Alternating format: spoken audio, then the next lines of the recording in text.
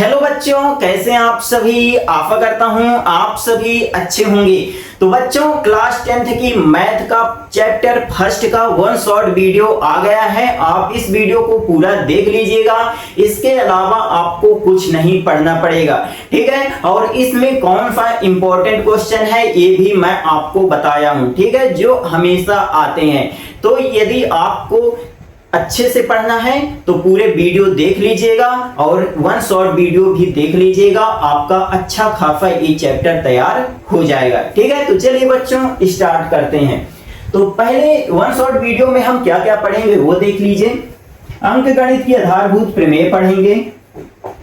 उसके बाद अभाज्य गुणनखंडों के गुणनफल के रूप में व्यक्त कीजिए, ऐसे भी प्रश्न थे, इसको भी पढ़ेंगे। एलसीएम एचसीएफ कैसे निकालेंगे ये भी पढ़ेंगे। और अपरिमेय संख्या सिद्ध करना होता है, √5 √2 1/√2, ठीक है। तो इनको भी हम इस वीडियो में पढ़ने वाले हैं, ठीक है। वन शॉर्ट वीडियो रहने वाला है, इसके अलावा आपको कुछ नहीं पढ़ना पड़ेगा। तो सबसे पहला नंबर आता है हमारा अंकगणित की आधारभूत प्रमेय।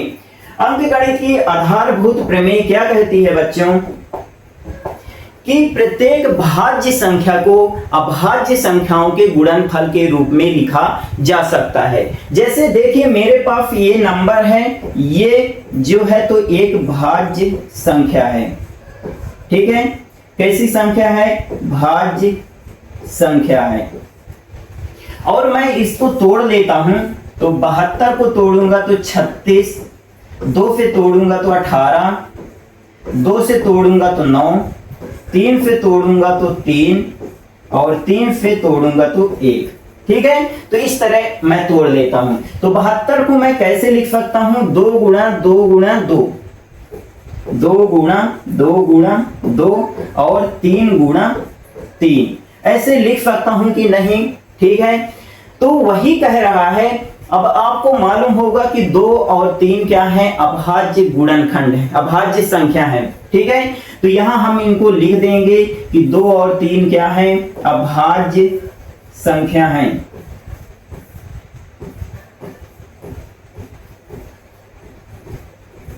तो यहां से आपको याद करने में थोड़ा सा आसानी हो जाएगी। प्रत्येक भाज्य संख्या को अभाज्य संख्याओं के गुणनफल के रूप में लिखा जा सकता है या व्यक्त किया जा सकता है, ठीक है। यहां तक हमारी ये परिभाषा जो है कवर हो जाती है अंकगणित के आधारभूत प्रमेय। इसके बाद क्या कहता है कि यह गुणनखंडन उन अभाज्य गुणनखंडों के क्रम को नजरअंदाज करते हुए अद्वितीय होता है। अद्वितीय होता है, इसका कहने का मतलब क्या होता है बच्चों कि ये जो 72 का हम गुणनखंड किए हैं ना, इसके अलावा और कोई गुणनखंड नहीं होता, ठीक है। और इसका यहाँ पास क्रम को नजरअंदाज करते हुए इसका क्या मतलब है? तो इसका मतलब ये है कि ये जो 3 गुणा 3 गुणा 2 गुणा 2 गुणा 2, ऐसे भी हम लिख सकते हैं इसको। ऐसा नहीं है कि सिर्फ इसी तरह हम इसको लिख सकते हैं, ठीक है। तो इसके क्रम को नजरअंदाज करते हुए इसका जो हल है वो कैसा होता है? अद्वितीय होता है, ठीक है। यदि आपको डाउट होता है कुछ भी या भाज्य संख्या क्या है, भाज्य संख्या क्या है, तब आप मेरे लेक्चर देखिएगा एक एक करके, मैं बेसिक सब पढ़ाया हूं, ठीक है। ओके, तो आपसे ये बन जानी चाहिए, ठीक है, अंकगणित के आधारभूत प्रमेय। और इतना आपको पेपर में करना है तभी आपको पूरा नंबर दिया जाएगा, ठीक है। परिभाषा लिख दीजिएगा और ये जो है उदाहरण दे दीजिएगा, ओके। इसके बाद चलते हैं प्रश्नावली 1.1 आ जाती है। तो इसमें बोलता है कि प्रश्न नंबर 1 बोलता है कि अभाज्य गुणनखंडों के गुणनफल के रूप में व्यक्त कीजिए। तो एक एक मैं आपको यहाँ पास बताऊंगा। तो चलिए मैं कोई एक सा ले लेता हूं, जैसे मैं चौथा यहाँ ले लेता हूं, ठीक है। तो क्या लिखा है? 5005 लिखा है, ठीक है। तो इसको तोड़ना आया है सिंपल से बच्चों। तो चलिए तोड़ लेते हैं। तो लास्ट में 5 है तो 5 पे कट जाएगा, 5 एकम 5 0, 5 एकम 5, ठीक है। फिर यहां पास आप देखेंगे कि किससे कट जाएगा, देखते हैं 3 से कटेगा क्या? 3 त्रिक 9, 1 बचेगा, 3 त्रिक 9 ना कटेगा। 7 से कट जाएगा क्या? 5 फात एकम 7, फात 3, फात चको 28, फात से कट जाएगा बच्चों। तो चलिए फात से काट देते हैं, 7 एकम 7 और 3 बचेगा, फात चको 28, 2 बचेगा, फात त्रिक 21। ठीक है, फिर इसके बाद एक इससे कट जाएगा, 11 से कट जाएगा, 11 एकम 11, 33। इसके बाद 13 से कट जाएगा, 13 एकम 13। ठीक है, तो इसका 5005 का गुणनखंडन कितना हो जाएगा? 5 गुणा 7, 5 गुणा 7 गुणा 11 गुणा 13। ठीक है, आंसर ये हमारा इस तरह लिखा होता है। ठीक है, 1 मिनट।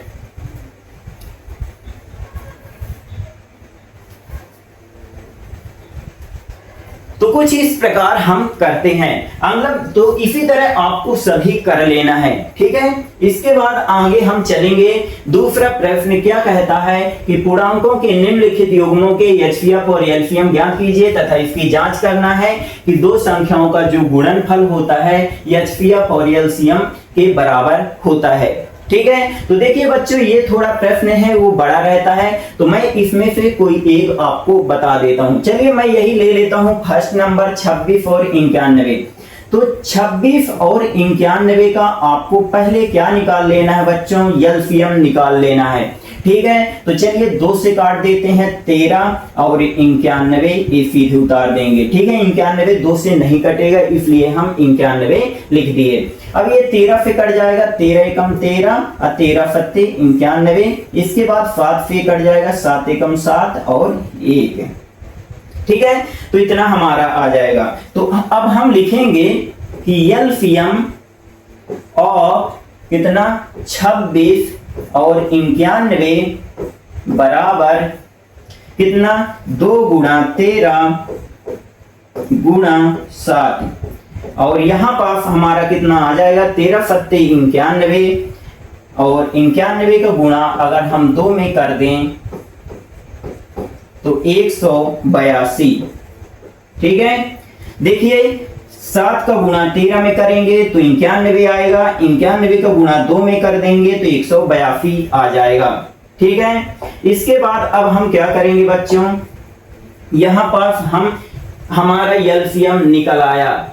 ठीक है, अब हम क्या निकाल देंगे? एचसीएफ निकाल देंगे। तो एचसीएफ निकालने के लिए हम क्या करते हैं कि अलग अलग करते हैं। ठीक है, 26 अलग लिखेंगे और 91 जो है वो अलग लिख लेंगे। तो देखिए 2 से काटेंगे 13, उसके बाद 13 से काटेंगे तो 13 एकम 13, 1 इससे कट जाएगा, 13 से कट जाएगा तो 13 सत्ते 91, 7 से तो 7 एकम 7। अब यहां हम लिखेंगे कि 26 बराबर, ये आपको पता होना चाहिए, आप मेरे लेक्चर देख लीजिएगा कि एलसीएम और एचसीएफ कैसे निकालते हैं। तो देखिए पहले बोला था कि एलसीएम निकालना है तो एलसीएम निकाल लिए, एचसीएफ निकालना है तो एचसीएफ हम निकाल रहे हैं। ठीक है, यदि आपसे एचसीएफ और एलसीएम नहीं निकालते बनता तो आप मेरे लेक्चर जरूर देखिएगा। ठीक है, तो 26 को हम कैसे लिख सकते हैं? 2 गुणा 13 गुणा 1 और 91 को हम कैसे लिख सकते हैं? 13 गुणा 7 गुणा 1। ठीक है, अब जो दोनों में कॉमन मिलता है बच्चों वही हमारा क्या होता है? एचसीएफ होता है। तो एचसीएफ ऑफ 26 91 इक्वल टू, और हमारा क्या मिल रहा है बच्चों? यहां पास 13 जो है तो मिल रहा है, तो हमारा यहां एलसीएम जो है तो 13 गुणा 1 हो जाएगा। सॉरी, एचसीएफ जो है तो हमारा कितना हो जाएगा? 13 गुणा 1 हो जाएगा। जो दोनों में मिले कॉमन वो हमारा यहाँ पास एचसीएफ होता है। ठीक है, तो 13 एकम 13। ठीक है, चलिए अब इसको थोड़ा सा छोटा कर लिया जाए, यहां तक आपको समझ में आ जाना चाहिए। ओके, इसके बाद जो है तो इसको थोड़ा फाइड कर लेते हैं। ये अब जो है तो आगे लिखते हैं। अब हमें यहाँ पास एक चीज जो है सिद्ध करना पड़ता है। क्या है कि दो संख्याओं का गुणनफल बराबर एचसीएफ गुणा एलसीएम। तो चलिए लिख लेते हैं, दो संख्याओं का, जब आपके पेपर में दिया रहे तभी आपको करना है। ठीक है, ये वाला प्रश्न, दो संख्याओं का गुणनफल बराबर HCF गुणा LCM ये होता है। ठीक है, तो दो संख्याएं कौन कौन सी हैं? 26 और 91। तो हम लिख देंगे 26 गुणा 91।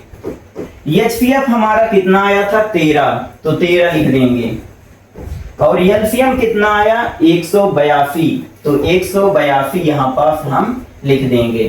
ठीक है, दोनों तरफ का हम गुणा कर लेंगे। चलिए तो कर देते हैं। तो 26 9 का गुणा करेंगे, 9 छक्का 54, 5 9 दूनी 18, 5 23, 6 6 3 2 23 66 आ गया हमारा लेफ्ट हैंड साइड। इसको भी कर, चलिए इसका भी अब गुणा कर लेते हैं यहाँ पास। तो 3 दूनी 6, 3 अट्ठे 24, 3 का हम गुणा कर रहे हैं इसमें। 3 दूनी 6, 3 अट्ठे 24, 3 एकम 3 2 5। ठीक है, अब 1 का गुणा पूरे में करेंगे तो कितना हो जाएगा?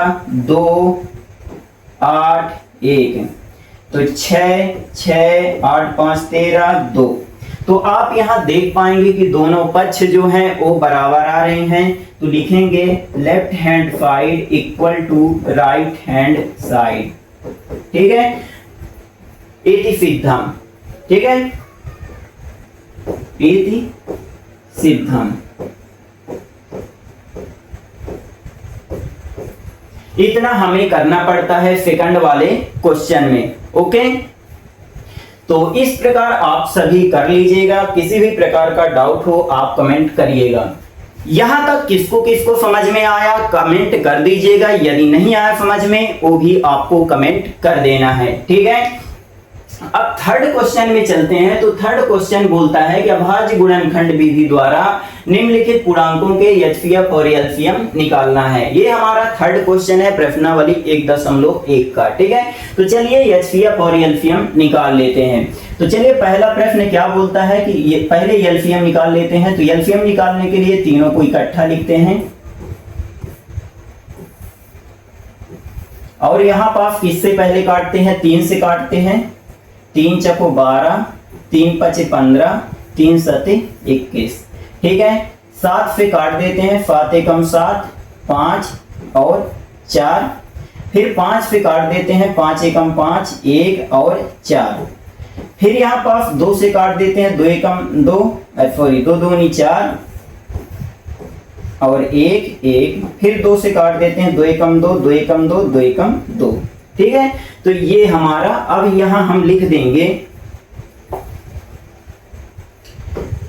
LCM of 12 15 21। तो कितना हो जाएगा वो देखिए। 3 गुणा 7 गुणा 5 गुणा 2 गुणा 2। ठीक है, तो देखिए 3 सते पहले यहां से गुणा कर देते हैं। 2 दूनी 4, 5 20, 20 सत्ते 140, 140 त्याई 420। तो हमारा कितना आ गया? 420। 7 त्रिक 21, 5 105।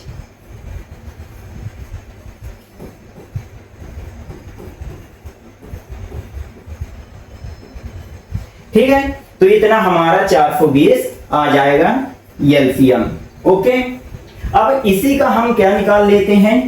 HCF निकाल देते हैं। तो HCF कैसे निकालते हैं? अलग अलग निकालते हैं। 12 15 और 21 ऐसे काटते हैं।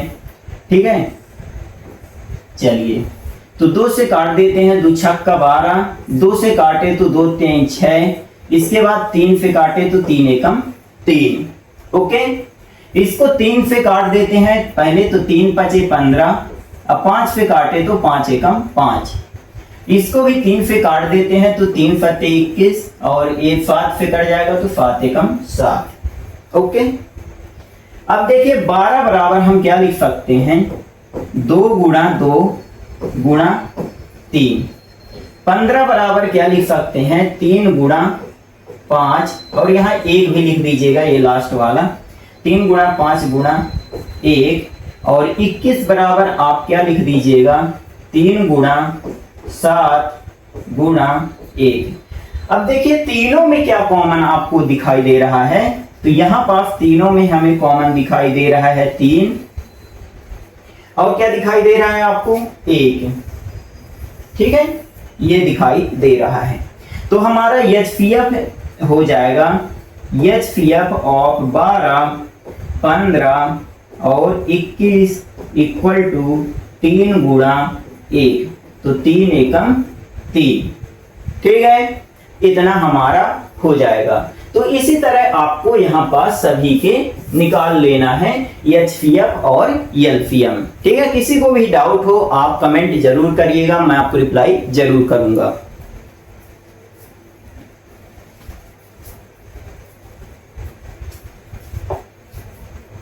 नेक्स्ट चलते हैं, ये वाला बन जाना चाहिए। ठीक है, LCM HCF निकालते हैं, आगे चलते हैं। ये बहुत ही इंपॉर्टेंट प्रश्न है। ठीक है, हमेशा आता है, जितने स्टार आपको लगाना हो आप लगा लीजिएगा। ठीक है, अंक गणित के आधारभूत प्रमेय के बाद ये जो है तो हमेशा पूछा जाता है। तो देखिए इसमें पहली संख्या जो है हमारी, लिखेंगे पहली संख्या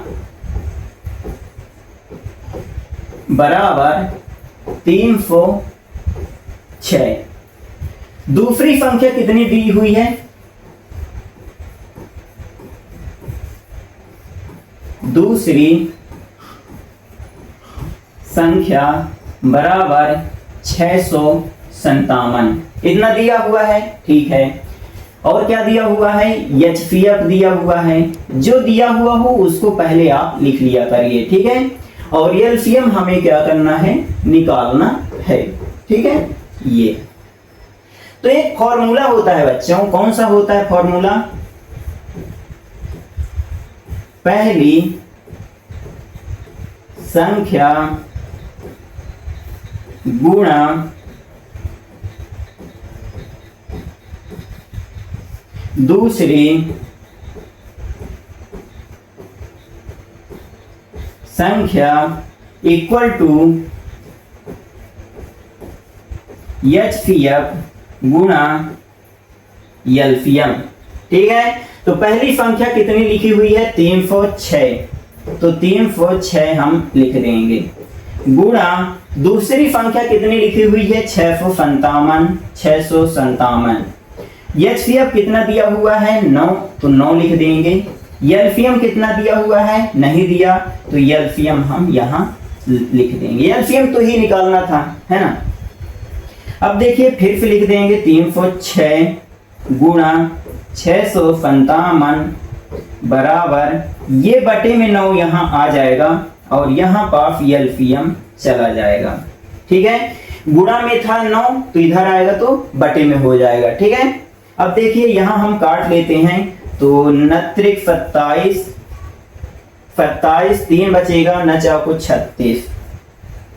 ठीक है, अब यहाँ पास 657 हमारा बचा और कितना बचा, 34 बचा, और यहाँ LCM। तो जब हम इसका गुणा करेंगे तो हमारा आ जाएगा 22,338 LCM। ठीक है, और ये हमारा आंसर। ठीक है, ये हमारा क्या हो गया, आंसर। ठीक है, तो कुछ इस प्रकार आपको इसको सॉल्व करना है। यहां पास आप लिख दीजिएगा, दिया है। ठीक है, कुछ इस प्रकार आप सॉल्व करेंगे पेपर में। ओके, ठीक है, तो ये वाला बन जाना चाहिए। किसी भी प्रकार की प्रॉब्लम हो आप कमेंट जरूर करिएगा। ओके, अगले चलते हैं नेक्स्ट। तो ये क्या बोलता है कि देखिए किसी खेल के मैदान के चारों ओर एक वृत्ताकार पथ है। ठीक है, कोई खेल का मैदान है और उसके चारों तरफ क्या है, एक वृत्ताकार पथ है, मतलब कि एक रास्ता है वृत्त के जैसे।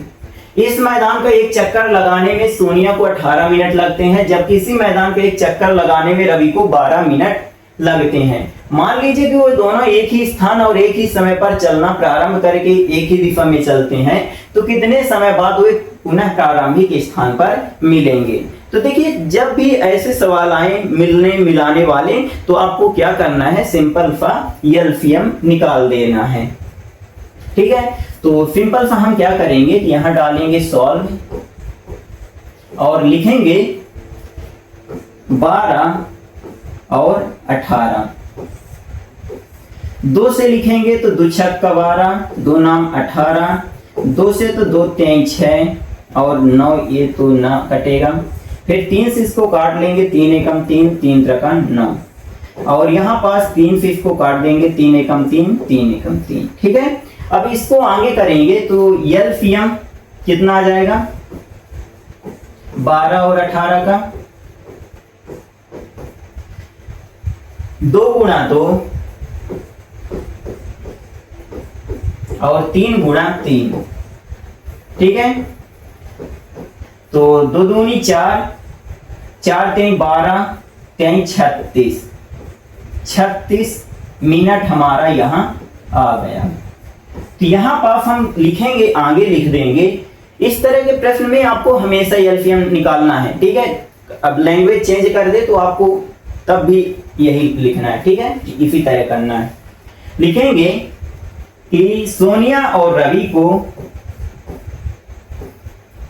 सोनिया और रवि को, रवि को नहीं, रवि 36 मिनट बाद, 36 मिनट बाद पुनः प्रारंभिक स्थान पर मिलेंगे।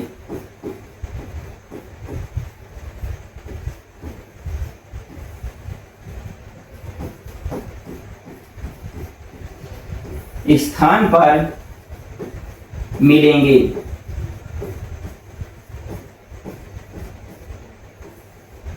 ठीक है, ये हमारा हो गया।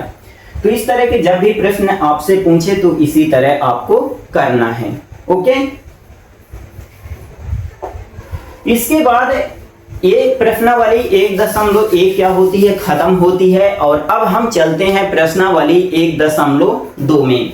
जो भी प्रश्न यहाँ मैं नहीं करवा रहा हूं उन्हें आप अपने से ट्राई करिएगा, यदि नहीं बनते हैं तब आप बताइएगा। ठीक है, बहुत ही अच्छे से मैं पूरा चैप्टर कंप्लीट करवाया हूं, तो आप उसे जरूर देखिएगा, पूरे लेक्चर एक तरफ से। ठीक है, 1 मिनट।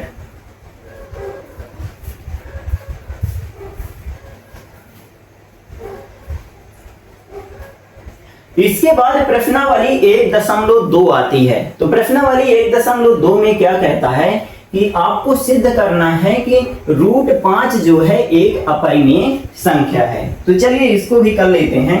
तो देखिए, ये हमारा जो है तो प्रश्न है कि √5 जो है एक अपरिमेय संख्या है, आपको सिद्ध करना है। ठीक है, तो चलिए इसको सॉल्व कर लेते हैं। तो ऐसे जो है तो √5 को अपरिमेय संख्या सिद्ध करने का कोई शॉर्टकट फॉर्मूला नहीं है। ठीक है, तो इसको कैसे करेंगे वो देखिए। फर्स्ट स्टेप यहां लिखेंगे, माना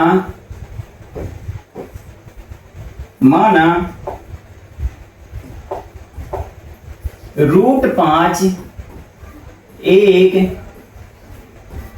परिमेय संख्या है, परिमेय संख्या है। ठीक है, इतना हमारा फर्स्ट स्टेप रहता है। इसके जस्ट अपोजिट मान लेना है, एक अपरिमेय है तो इसको हम क्या मान लेंगे, परिमेय संख्या। अब परिमेय संख्या क्या है मैं बता चुका हूं अपने सभी लेक्चर में, तो आप उसे देख लीजिएगा। ठीक है, तो अब हम यहां पास क्या करेंगे कि √5 लिखेंगे और इसके बराबर में P/Q लिख देंगे। ये हम क्यों लिखते हैं, क्योंकि हम √5 को जो है तो परिमेय संख्या मान चुके हैं। ठीक है, इसके बटे में हम 1 लिख देंगे। और यहां ब्रैकेट में हम क्या लिखते हैं, थोड़ा सा आप ध्यान दीजिएगा। फर्स्ट नंबर लिखते हैं कि P और Q जो है पूर्णांक है, ये हमें बताना यहां पड़ता है, ठीक है, कि P अपॉन Q क्या है।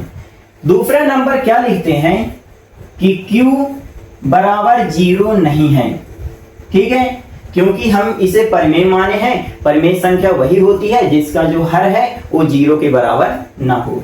तीसरा पॉइंट लिखते हैं हम कि PQ सहअभाज्य संख्या है, सहअभाज्य संख्या है,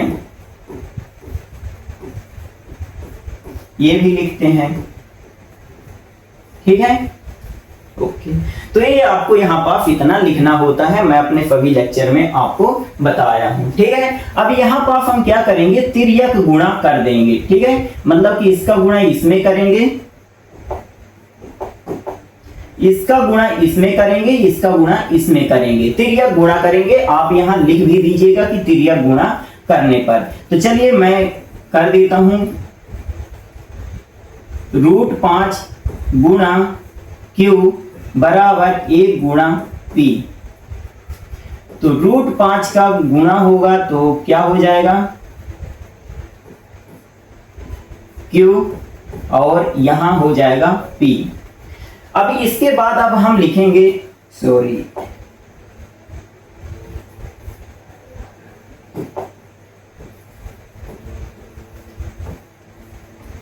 इतना। अब इसके बाद लिखेंगे कि दोनों पक्षों का वर्ग करने पर, दोनों पक्षों का वर्ग करने पर, ठीक है। तो दोनों पक्षों का वर्ग अगर हम कर देंगे तो देखिए √5Q का होल स्क्वायर और इधर P का होल स्क्वायर, ठीक है। इसके बाद अब हम लिखेंगे √5Q गुणा √5Q बराबर P स्क्वायर। इसके बाद देखिए, अच्छा ये हम क्यों लिख दिए, क्योंकि जहां स्क्वायर रहता है उसको हम 2 बार लिखते हैं, 3 रहता तो 3 बार हम लिखते हैं, ठीक है। तो √5 का गुणा √5 में करेंगे तो कितना आ जाएगा, 5 आ जाएगा। Q का गुणा Q में करेंगे तो कितना आ जाएगा, Q स्क्वायर। यहां आपके समझ में नहीं आया तो देखिए, √7 का गुणा √7 में कर देंगे तो कितना आएगा, 7 आएगा। √10 का गुणा √10 में कर देंगे तो कितना आएगा, 10 आएगा, ठीक है। तो ये नॉर्मल छोटी छोटी बातें हैं, मैं बेसिक में पढ़ा चुका हूं, तो यहाँ हम टाइम बर्बाद ना करेंगे। तो √5 का गुणा √5 में किए तो 5 आ गया, Q का गुणा Q में किए तो Q स्क्वायर आ गया, ठीक है। इसके बाद यहां हम बराबर का चिन्ह लगा देंगे और इसको लिखेंगे P स्क्वायर, ठीक है। यहाँ थोड़ा ध्यान दीजिएगा, ये जो बराबर हैं तो आगे पीछे हुए जा रहे हैं, तो इनको आपको क्या करना है कि एकदम सीधे रखना है, ठीक है। इनको जो है तो एकदम सीधे ही रखना है, ये, ठीक है। इसके बाद देखिए यहाँ पास ये 5 गुना में है तो इधर जाएगा तो किसमें हो जाएगा, भाग में हो जाएगा। तो Q स्क्वायर बराबर P स्क्वायर बटे 5, इतना हो गया, ठीक है। यहां आपके समझ में आ जाना चाहिए, ये 5 जो था गुणा में था, इधर गया बटे में हो गया, ठीक है। इसके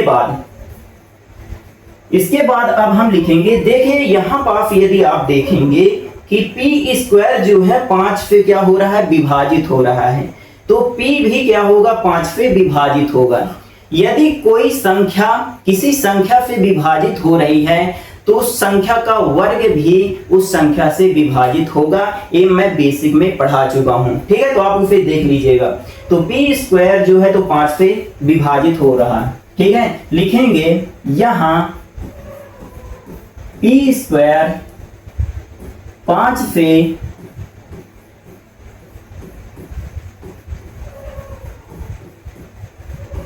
विभाजित हो रहा है,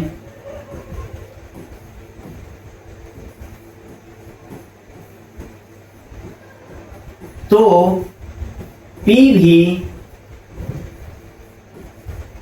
5 से विभाजित होगा।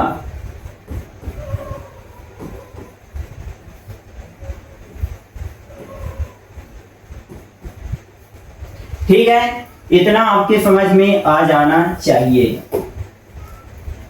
यदि p स्क्वायर जो है 5 से विभाजित है तो p भी 5 से विभाजित होगा। ठीक है, ये आपको यहां लिखना है। इसके बाद जो है इसको समीकरण नंबर हम 1 दे देंगे। ठीक है, इसको समीकरण नंबर हम 1 दे देंगे, यहां पास हम लिख देंगे समीकरण नंबर 1। ठीक है, समीकरण नंबर 1 इस वाले को दे देंगे। ओके, अब यहां हम लिखेंगे आगे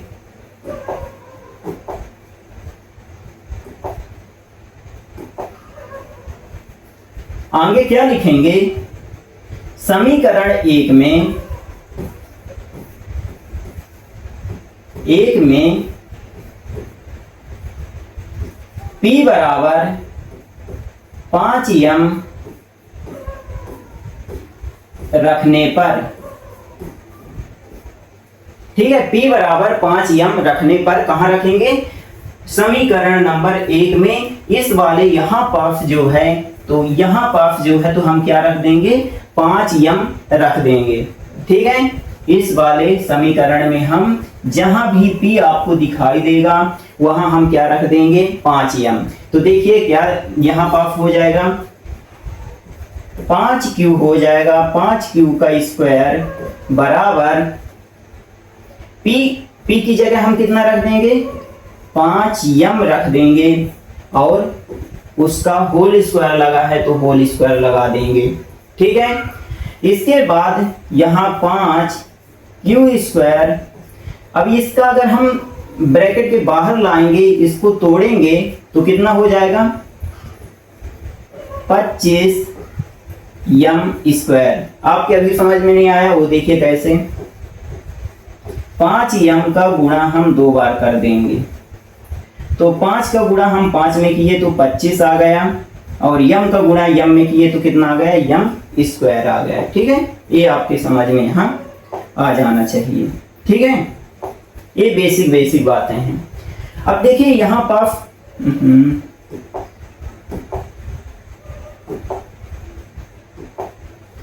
क्यू स्क्वायर को छोड़ देंगे और 5 को इधर ले जाएंगे तो 25 m स्क्वायर बटे 5, तो 5 एकम 5 पचम 25, तो क्यू स्क्वायर बराबर 5m स्क्वायर हो जाएगा।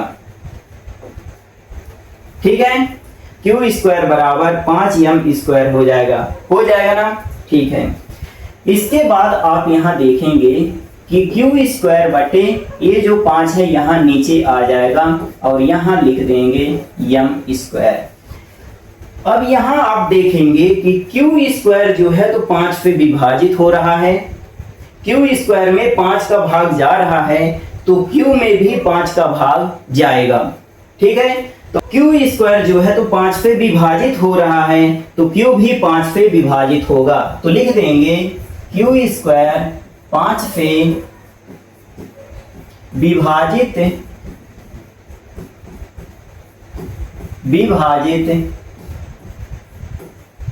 रहा है, तो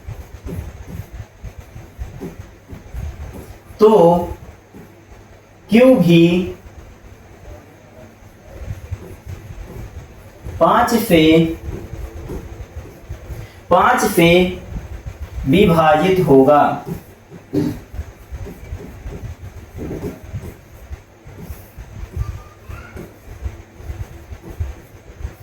ठीक है, क्यू स्क्वायर जो है 5 से विभाजित हो रहा है तो क्यू भी 5 से विभाजित होगा, मतलब कि क्यू स्क्वायर में 5 का भाग जा रहा है तो क्यू में भी 5 का भाग जाएगा।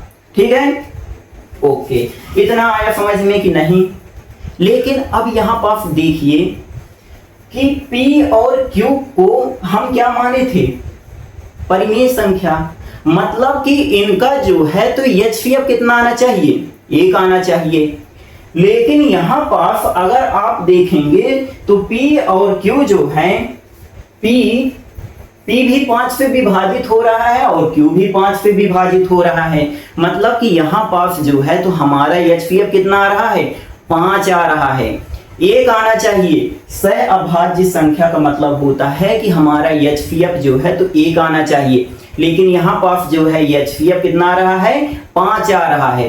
तो अतः हम यहां लिख देंगे HCF है, यहां पर ऐसे लिखेंगे, यहां पर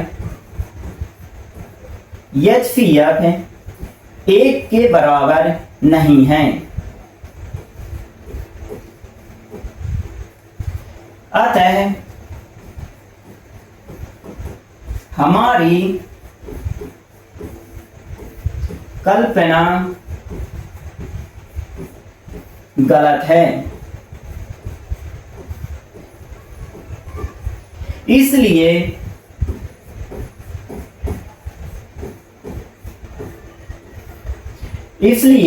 √5 एक अपरिमेय संख्या है।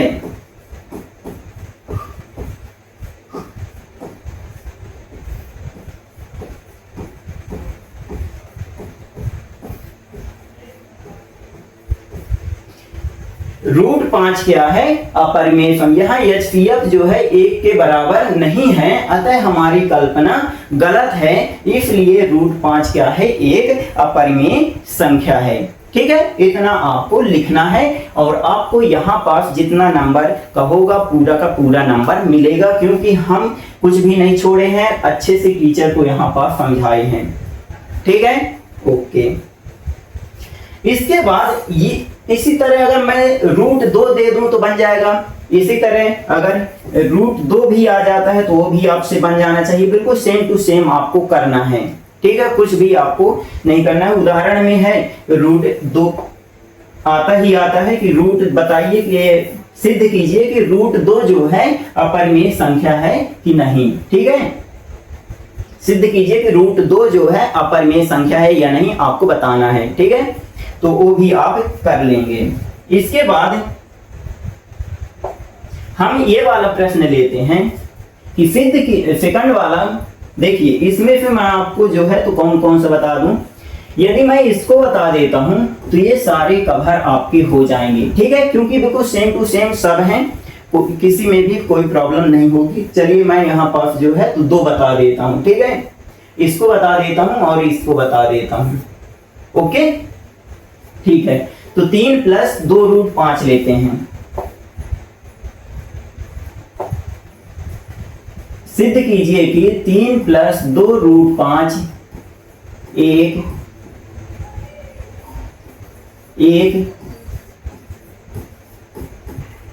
अपरिमेय संख्या है।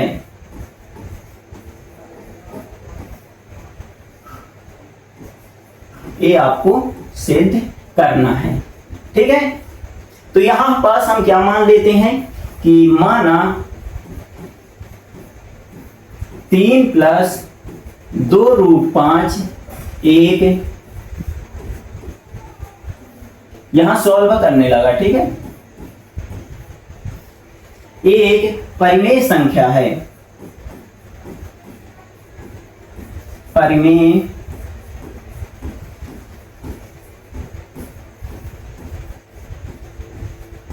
संख्या है। ठीक है, ओके। तो हम क्या लिखेंगे कि 3 + 2 √5 बराबर P/Q। ठीक है, इतना हम लिख देंगे और यहां पास पूरी हम पंचायत लिखेंगे। क्या लिखेंगे, पहला नंबर PQ पूर्णांक है,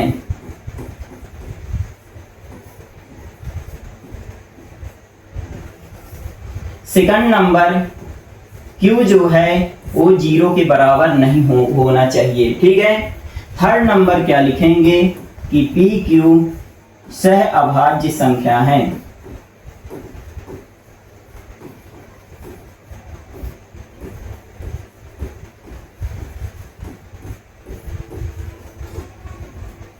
ठीक है, इतना करना है। इसके बाद अब हम क्या करेंगे कि जब भी ऐसा आए प्रश्न तो आपको क्या करना है कि 2√5 हम इधर छोड़ देंगे और P/Q -3 इधर ले जाएंगे। ठीक है, ओके। इसके बाद प्लस में है तो इधर जाएगा तो माइनस में हो जाएगा, सिंपल सी बात है। √5 को √5 लिख देंगे, P/Q -3/2 इस तरह लिख देंगे। ये बट गुणा में है, 2 गुणा में है तो इधर जाएगा तो बटे में हो जाएगा। अब यहां आप देखिए कि ये जो है √5 अभी अभी हम सिद्ध किए हैं कि क्या है, अपरिमेय संख्या है, और ये जो है तो हमारी क्या है, परिमेय संख्या है, क्योंकि अंश बटे हर के रूप में ये लिखी हुई है। सही बात है ना? ठीक है, तो यहां हम लिख देंगे अपरिमेय संख्या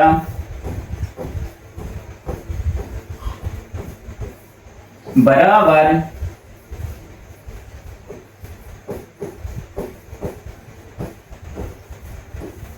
परिमेय संख्या। असंभव है।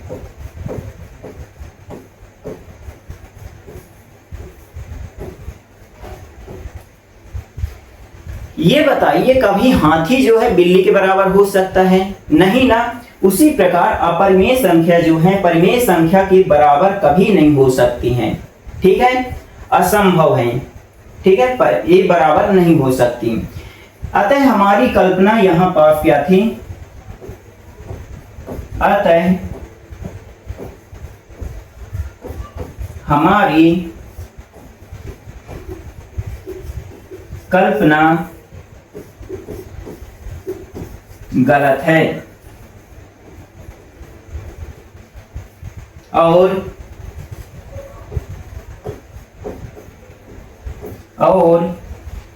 3 + 2√5 एक परिमेय संख्या है।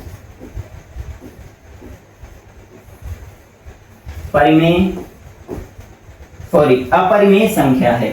ठीक है, अपरिमेय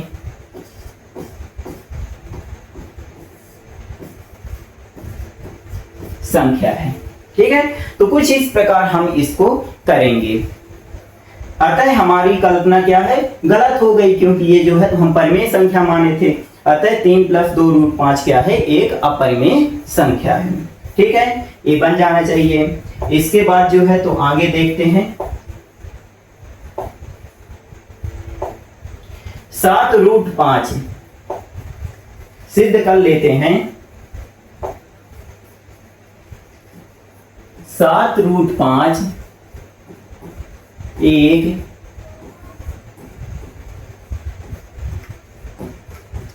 अपरिमेय संख्या है।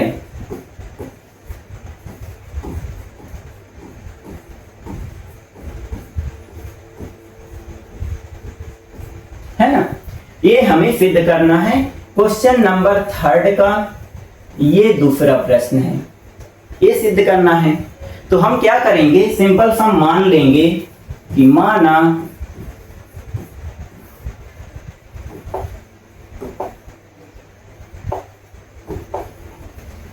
7√5 एक परिमेय संख्या है।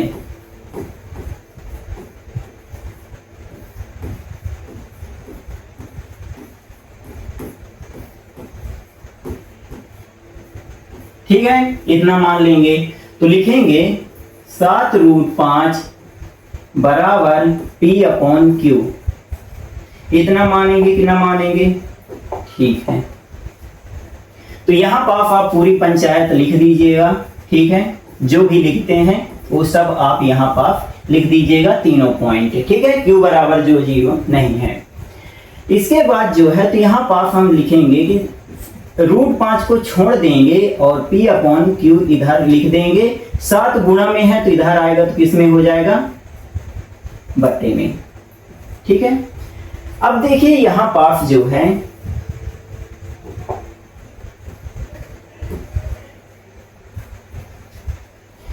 ये जो है तो अपरिमेय संख्या है, √5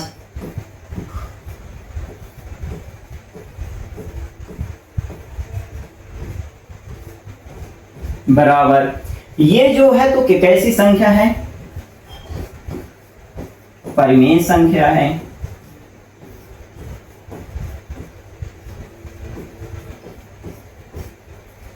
ना। क्या ऐसा कभी हो सकता है कि अपरिमेय संख्या के बराबर हो, नहीं ना, तो असंभव है, ठीक है।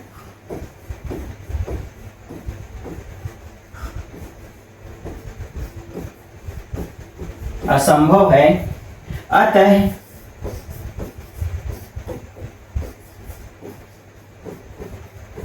हमारी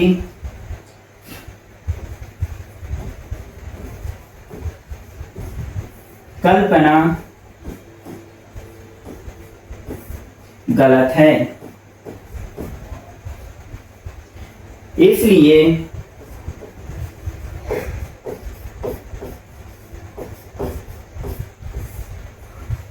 √5 एक अपरिमेय संख्या है।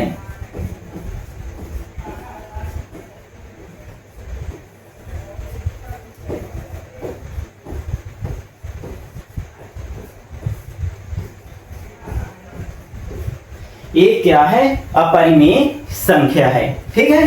तो इतना आपको बच्चों फर्स्ट चैप्टर में पढ़ना है। 2 टाइप के क्वेश्चन हैं, प्रश्नावली 1.2 में और प्रश्नावली 1.1 में। जितने भी टाइप के प्रश्न बन सकते हैं मैं सभी आपको करा दिया हूं। 1 शॉर्ट वीडियो था हमारा। यदि वीडियो अच्छा लगा हो तो please like share and subscribe करना ना भूलें।